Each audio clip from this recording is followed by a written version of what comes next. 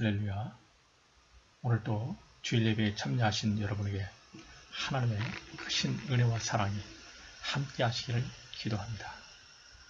한국에서 참여하신 분은 물론 멀리 먼 곳에서 인터넷으로 참여하고 있는 귀한 성도들에게도 하나님께서 동일한 은혜를 베풀어 주시기를 원합니다. 저는 오늘도 예수님이 가르쳐 주신 기도문에 대해서 말씀을 전하며 함께 은혜를 나누기를 원합니다. 예수님께서 가르쳐 주신 주기도문은 크게 두 부분으로 구분할 수가 있습니다. 첫 부분은 하나님과 그 나라에 관한 기도 부분이고, 두 번째 부분은 우리의 신앙과 생활에 실제로 필요한 청원에 대한 부분입니다. 오늘은 그 두 번째 부분의 첫 청원 기도로서 일용할 양식에 대한 기도입니다. 즉, 오늘 우리에게 일용할 양식을 주옵시며 라는 부분입니다. 예수님께서는 우리의 생명을 유지하기 위해서 일용할 양식이 필요한 것을 잘 알고 계셨습니다. 예수님은 이 땅에 오셔서 인간의 삶을 몸소 체험하셨기 때문입니다. 예수님은 누가복음 9장 58절에서 여우도 굴이 있고 공중에 나는 새도 집이 있는데 인자는 머리 둘 곳이 없다고 그렇게 말씀하셨습니다. 예수님은 가난하게 사셨다는 의미입니다. 예수님은 가난한 자의 외로움과 배고픔에 대해서 잘 아셨기 때문에 현실적으로 필요한 양식을 위해서 기도하도록 가르치셨습니다. 우리의 삶은 하나님께서 주신 선물입니다. 우리는 선물로 주어진 삶을 위해서 예수님이 가르쳐 주신 대로 일용할 양식을 구해야 됩니다. 우리는 우리에게 오늘 일용할 양식을 주옵소서라고 기도해야 합니다. 마태복음에서는 오늘 우리에게 일용할 양식을 주시옵고라고 기록되어 있습니다. 반면에 누가복음에서는 우리에게 날마다 일용할 양식을 주옵시고라고 기록되어 있습니다. 마태복음은 오늘이란 단어를 사용하였고 누가복음은 날마다란 단어를 사용했습니다. 사용한 단어들이 같지는 않지만 그 의미는 크게 다르지 않습니다. 날마다라는 단어는 사실상 오늘의 반복으로 볼 수 있기 때문입니다. 그래서 날마다와 오늘이란 오늘 하루의 삶을 의미합니다. 우리는 현재의 오늘이란 삶을 살고 있습니다. 어제는 이미 지난 오늘이고 내일은 또 다가올 오늘입니다. 그래서 주기도문에서 구하는 것은 오늘 한날의 일용할 양식임을 알 수 있습니다. 오늘 하루의 필요에 대한 요구일 뿐이지 그것을 넘어서는 탐욕을 위한 청원은 절대 아닙니다. 예수님 당시 수많은 사람들은 하루 벌어서 하루를 사는 불안정한 생활을 하고 있었습니다. 만일 며칠을 알아두기라도 하면 굶을 수밖에 없었습니다. 그래서 오늘 우리가 다루는 이 기도는 이 세상의 가난한 이들의 절망과 슬픔과 한숨을 담아내고 있는 청원입니다. 끼니 걱정을 하지 않고 살고 싶은 사람들의 소박한 염원이 기도문에는 서려 있는 것입니다. 지금 이 순간에도 전 세계 인구의 약 8억 명에 해당하는 사람들은 배고픔에 시달리고 있습니다. 그래서 오늘 우리에게 일용할 양식을 주옵시며라는 이 기도는 이 시대에도 중요한 청원입니다. 물질적으로 여유 있는 자들에게는 이 기도가 큰 의미가 없을지도 모릅니다. 하지만 가난한 자들에게는 이 기도야말로 아주 절박한 간구가 아닐 수 없습니다. 우리는 주기도문을 드릴 때마다 굶주림으로 고통받는 가난한 이웃의 얼굴을 떠올릴 수 있어야 합니다. 그들의 허기진 고통을 우리의 고통으로 느끼는 자애로운 마음을 갖는 저와 여러분이 되시기를 바랍니다. 오늘날 우리에게 일용할 양식을 주옵시고라는 말은 오늘 우리에게 필요한 하루분의 양식을 주옵시고라는 청원 기도입니다. 이 청원 기도를 제대로 이해하게 해주는 사건은 이스라엘 백성이 겪은 광야의 만나 사건입니다. 과거에 이스라엘 백성은 애굽에서 430년 동안 노예로 살았습니다. 그들은 지도자 모세의 인도를 받아서 애굽에서 나와서 하나님께서 약속한 가나안 땅으로 가게 되었습니다. 이스라엘 백성은 약속의 땅 가나안 땅에 들어가기까지 40년간 광야에서 생활했습니다.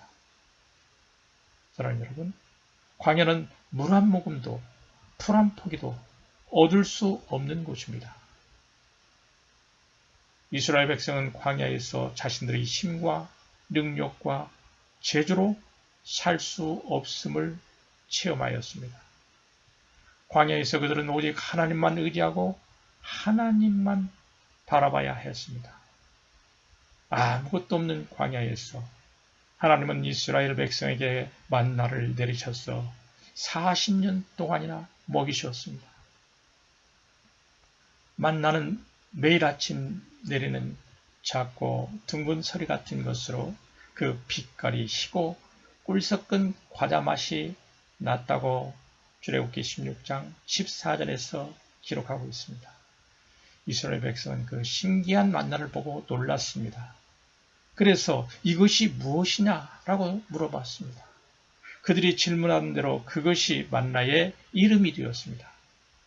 그래서 만나의 뜻은 이것이 무엇이냐입니다. 그런데 하나님께서는 만나를 각 사람이 먹을 수 있는 하루치 분량만 주셨습니다.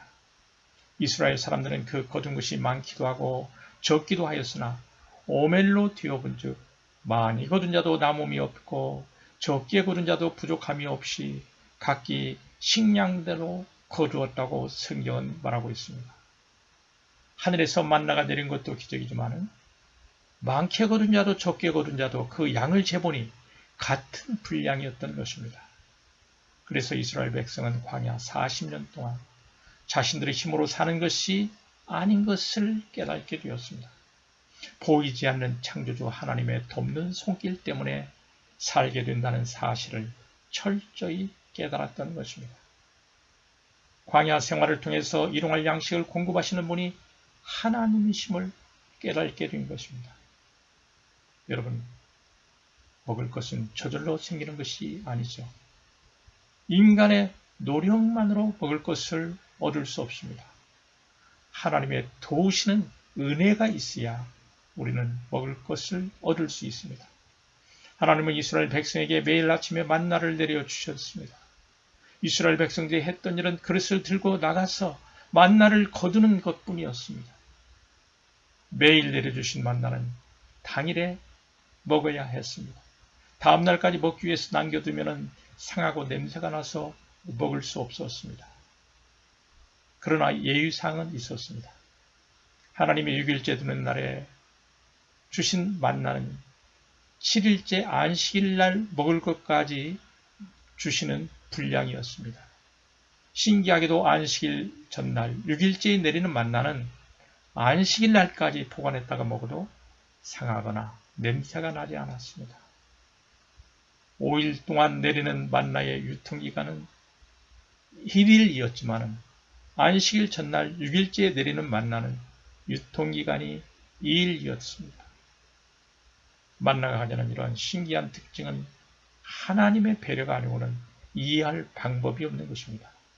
이스라엘 백성을 향한 하나님의 의뢰와 배려는 만나가 갖는 특성만 봐도 아주 놀라운 것입니다. 왜 여섯째 날, 다음 날 안식일 것까지 주셨을까요? 안식일을 거룩하게 지키며 하나님께 주신 안식을 누리도록 하기 위해서였습니다. 당시 안식일은 오늘날 하나님께 예배드리는 주일에 상응하는 날입니다. 실제로 7째 날 안식일에는 만나가 내리지를 않았습니다. 혹시나 하고 만나를 거두러 간 사람은 만나가 내리지 않아 빈손으로 돌아왔습니다. 하나님은 6째 날 내일의 양식까지 주심으로 7일째 안식일 날을 온전히 쉬면서 하나님께 영광을 돌리게 하셨습니다. 이스라엘 백성은 여섯째 날, 일곱째 날의 양식을 거두므로 일곱째 날의 양식을 걱정하지 않았습니다. 그래서 이스라엘 백성은 광야를 지나면서도 매일 아침에 무엇을 먹을까 전혀 염려하지 않았습니다. 하나님이 베푸시는 그 백성에 대한 사랑은 과거나 오늘이나 변함이 없습니다.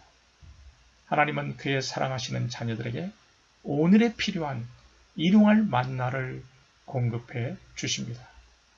우리는 오늘 일용할 양식을 내려주신 하나님께서 내일 또 양식을 공급해 주실 것이라는 그런 믿음을 가질 수 있는 것입니다.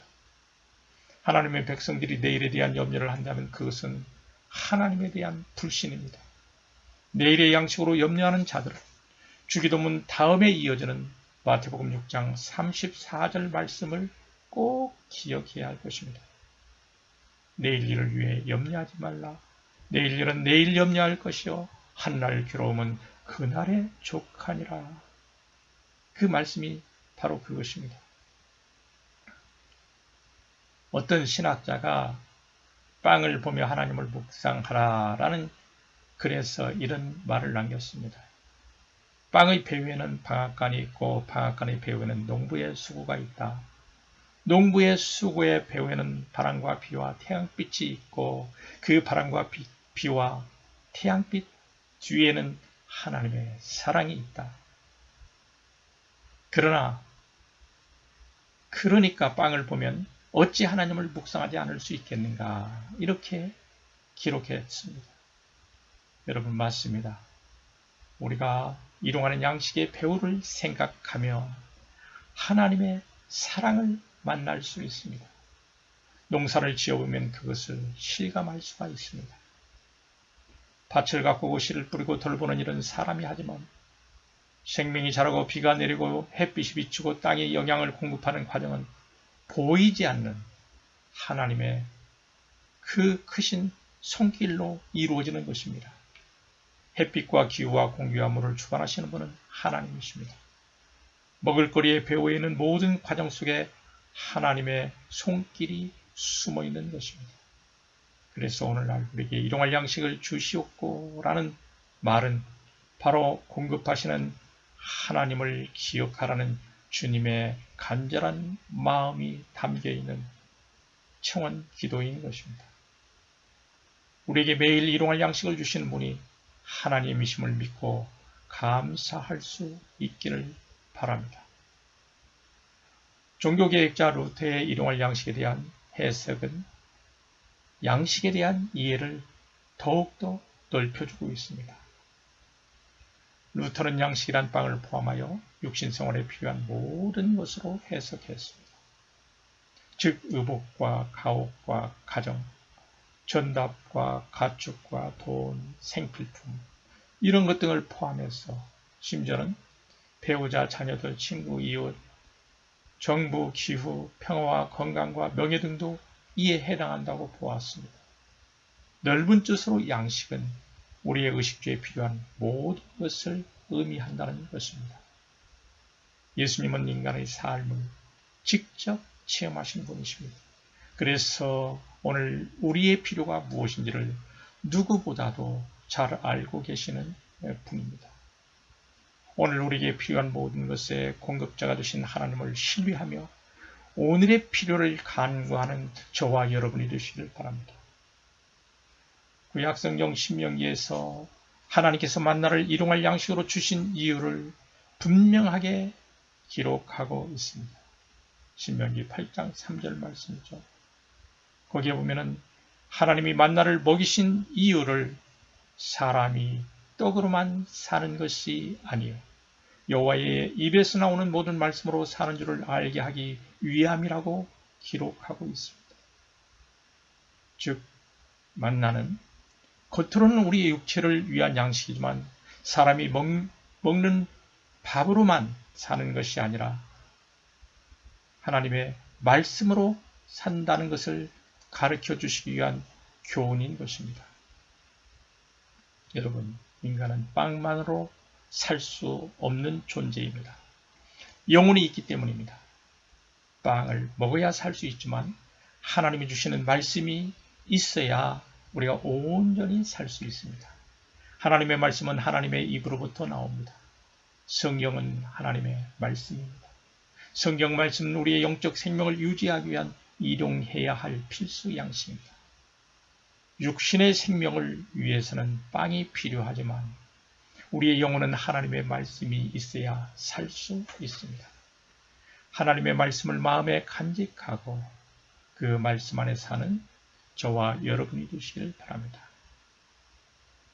예수님은 요한복음 6장 33절에서 자신을 하늘에서 내려 세상에 생명을 주는 하나님의 떡이라고 그렇게 소개하셨습니다.